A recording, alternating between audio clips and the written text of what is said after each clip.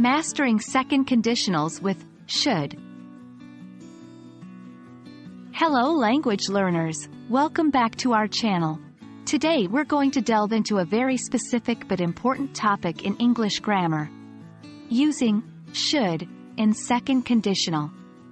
This can give your English conversations a sophisticated edge, allowing you to express hypothetical situations and consequences in a nuanced way. Before we get to the use of should in second conditionals, let's first remind ourselves about the basics of the second conditional. This conditional is used to talk about unreal, hypothetical situations and their imagined results. The structure of the second conditional is if plus past simple, would plus infinitive. Here's an example. If I won the lottery, I would buy a house. In this sentence, the speaker isn't saying they have won the lottery.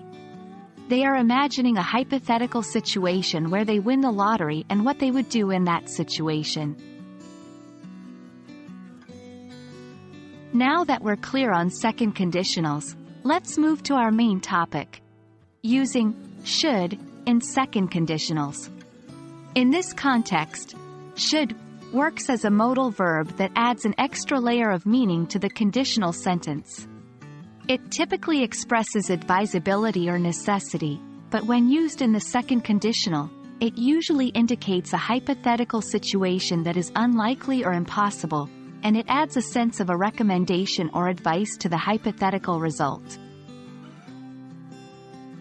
The structure when using should in a second conditional is if plus past simple, should plus infinitive. Here's an example. If I won the lottery, I should travel the world. Here, the speaker imagines a scenario where they win the lottery and what they believe they should do in that situation, which is to travel the world. Let's now practice what we've learned with some exercises. 1. Complete the sentence. If I, blank, to be rich, I should donate to charity. 2. Turn this sentence into a second conditional with should. I don't speak Italian, so I can't work in Italy. 3. Complete the sentence. If she, blank, to know the truth, she should tell us.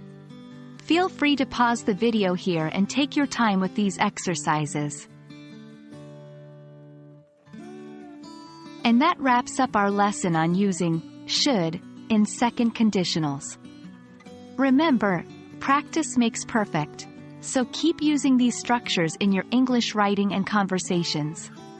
It might feel a bit complex at first, but with repetition and use, it will become second nature. We hope you found this video helpful, and we look forward to helping you continue your English language learning journey. See you in the next video.